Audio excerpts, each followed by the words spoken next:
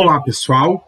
Nós faremos agora uma revisão do capítulo 1 do volume 1 do nosso material. Primeiramente, nós vamos falar do verbete enciclopédico e do acesso ao conhecimento. O que é um verbete enciclopédico? Um verbete enciclopédico ele é um gênero textual presente em dicionários, glossários e enciclopédia. No caso, o verbete. É um texto impessoal e geralmente escrito em linguagem formal. Nos dicionários, eles se apresentam em um maior número possível de significados de uma palavra e os exemplos de seu uso em vários contextos. Nos glossários, os verbetes são mais resumidos, porque ele apresenta exatamente o sentido daquela palavra dentro do texto. Ok? Em dicionários, apresenta o maior número de significados dentro da palavra, dentro do contexto. Em glossários, eles são mais resumidos, apresentam um significado ali dentro daquele texto. E nas enciclopédias, eles podem conter informações variáveis e são importantes sobre um assunto ou uma personalidade, por exemplo. Então, a primeira coisa que nós aprendemos aqui são os tipos de verbetes existentes. Os verbetes do dicionário, dos glossários e das enciclopédias. Basicamente, nós vamos focar nos verbetes das enciclopédias. Ok? Agora, o que é um aposto? Um aposto, ele é um termo cuja a função é fazer um esclarecimento, uma explicação, uma especificação ou um resumo sobre o nome ao qual se relaciona. É muito importante a gente lembrar da ideia do aposto, ok? Quais são os tipos de aposto existentes? Ele pode ser explicativo, enumerativo ou especificativo. Olha um exemplo aqui. Bill Watterson, criador de Calvin e Haroldo, parou de criar as tiras. Nesse caso, o aposto ele explica, ele identifica, ele esclarece melhor o sentido de uma palavra ou expressão nominal. Percebam que ele retoma a esse contexto aqui para fazer uma explicação de quem é o Bill Watterson. Beleza? Esse é o aposto explicativo. O hip hop abrange 4 manifestações artísticas bastante diferentes entre si. Percebam que aqui eu tenho 4 manifestações artísticas. Em seguida, eu tenho a enumeração sobre essas 4 especificações existentes. Isso é um aposto enumerativo. Nesse exemplo, enumeram-se os constituintes de uma expressão ou ideia generalizante. Então, eu generalizei 4 manifestações. Em seguida, eu apresentei essas 4 manifestações. O escritor Rubem Braga foi o primeiro a destacar exclusivamente por produzir crônicas no Brasil. Olha que legal. O escritor foi o primeiro. Que escritor? Eu estou especificando que o escritor que eu estou falando é o Rubem Braga.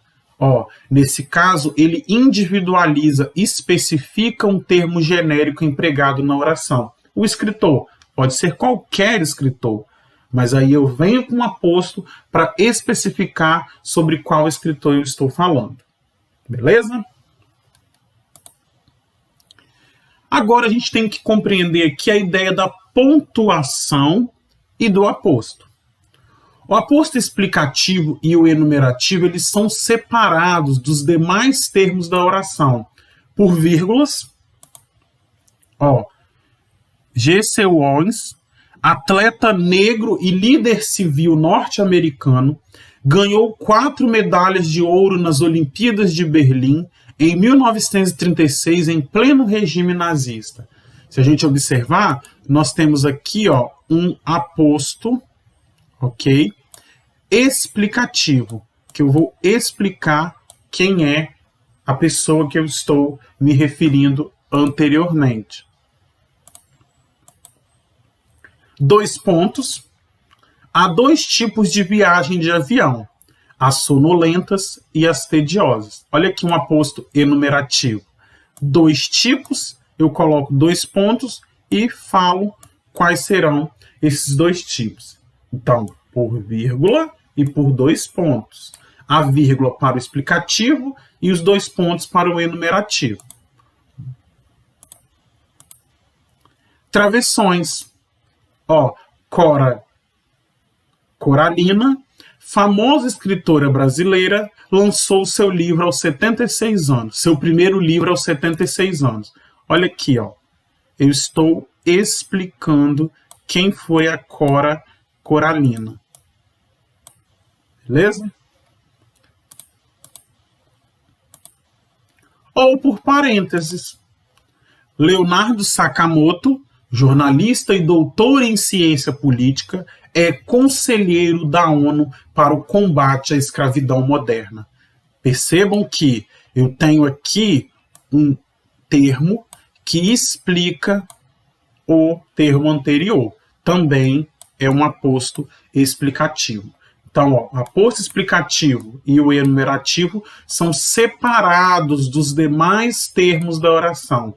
Pode ser vírgula, pode ser 2 pontos, pode ser travessão ou parênteses, com destaque aqui para os 2 pontos quando eu tenho os enumerativos. 2 tipos, eu apresento então aqui os meus 2 tipos. Beleza? Continuando. Olha os exemplos de aposto. Nelson Mandela, ex-presidente da África do Sul, é um ícone da luta contra o racismo. Olha, aqui nós temos um aposto explicativo. Ele está retomando o termo anterior e fazendo uma explicação. Há 2 tipos de Brasil, o oficial e o real. Olha que legal, um termo enumerativo. 2 tipos, eu vou apresentar então quais são os meus 2 tipos de termos enumerativos. Continuando, a escritora inglesa Virginia Woolf entrou em contato desde muito cedo com a literatura. Olha aqui, está especificando sobre qual escritora inglesa eu estou falando. É um termo explicativo. Marie Curie, cientista polonesa, foi a primeira mulher laureada com o Prêmio Nobel. Olha só, cientista polonesa está explicando quem é o termo anterior que eu estou falando, quem é a pessoa anterior que eu estou falando. Primeira mulher é a cientista polonesa, também explicativo. Outro exemplo de aposto. O gênero textual crônica é dividido em 3 tipos. Olha aí o enumerativo, 3 tipos. 2 pontos, igual aqui, 2 pontos. Jornalístico, histórico e humorístico. Eu estou enumerando os 3 tipos que eu fiz a minha referência.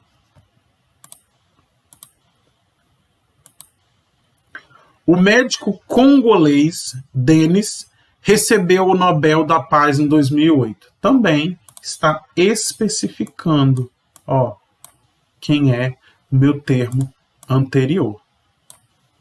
Ok? Isso são os exemplos de aposto que nós temos. Agora nós vamos falar sobre o estrangeirismo, que também está presente no capítulo 1. O que seria o meu estrangeirismo? Estrangeirismo é o uso de palavra, expressão ou uma construção estrangeira que tenha ou não equivalentes. Trata-se de um processo que introduz palavras vindas de outros idiomas na língua portuguesa. Então, nós temos aqui alguns exemplos de estrangeirismo. Pizza, no italiano, croissant, no inglês, brother, do inglês. Então, pizza, italiano, croissant, francês, brother, inglês. São palavras que nós acostumamos a falar em nosso idioma. Nós temos várias: shopping, hot dog, e a gente tem vários exemplos de estrangeirismo. Ó, alguns exemplos aportuguesados: shampoo, do inglês, que nós já transformamos para a nossa língua; o balé, do ballet, no francês; alface, olha que legal, ó, do árabe. Então, são exemplos interessantes de estrangeirismo que nós temos aqui, né? Entre as possibilidades de criação de novas palavras está exatamente a questão do estrangeirismo. Ou seja, são palavras que a origem dela é da língua estrangeira, porém, ao incorporar na língua portuguesa, elas ocorrem de algumas situações. Primeiramente, é o exemplo que anterior, que ela continua com a mesma linguagem, ou seja, respeita a grafia e a pronúncia da língua de origem. Nós temos aí exemplo, como eu falei, do shopping, do mouse, do karaokê, da pizza, ou seja, do mesmo jeito que que a palavra em sua origem, ela se apresenta da mesma forma na língua portuguesa. Ou também, conforme o exemplo aqui, eu tenho a adaptação das palavras às regras da língua portuguesa. Isso acontece com shampoo, com balé, com alface. Também nós temos exemplo do piquenique, do futebol, beleza? Então, essa é a ideia que nós temos do estrangeirismo, beleza? Então, era essa a revisão que nós temos aqui do capítulo 1. Até breve.